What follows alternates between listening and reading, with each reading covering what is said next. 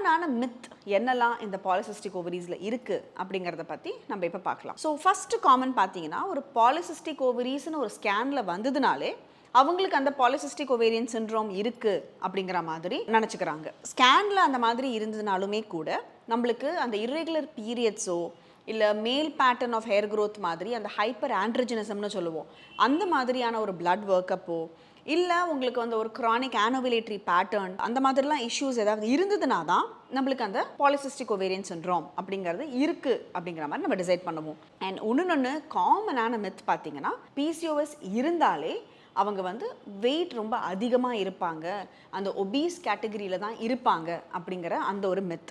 So நிறைய பேர் பார்த்தா நம்மளுக்கு அந்த ஒரு பாலிசிஸ்டிக் ஓவரீஸ் இருந்துமே ஒல்லியாக இருக்கிறதுக்கான சான்ஸ் இருக்குது.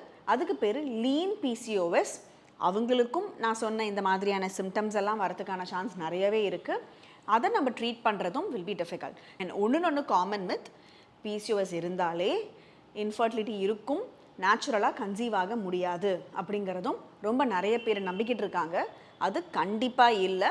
பாலிசிஸ்டிக் ஓவரீஸ் இருந்ததுனாலும் லைஃப் ஸ்டைல் நல்லா இருக்குது, ஃபிசிக்கல் ஆக்டிவிட்டி நல்லா இருக்குன்னா ஓவிலேஷன் தன்னால் நடக்கிறதுக்கு நிறையவே சான்ஸ் இருக்கும்.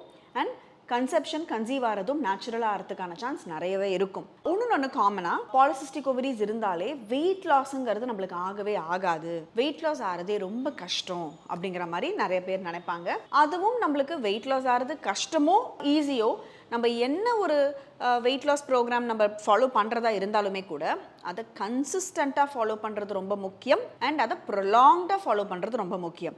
ஸோ பாலிசிஸ்டிக் ஓவரீஸ் இருந்தாலும் கன்சிஸ்டன்சி அண்ட் டெஃபினட்டிவ் ரெஜிமெண்ட் நம்ம ஃபாலோ பண்ணும்பொழுது நம்மளோட டயட் அண்ட் எக்ஸசைஸில் கண்டிப்பாக நம்மளுக்கு ஒரு ஹெல்தியான ஒரு லைஃப் ஸ்டைல் கிடைக்கும்.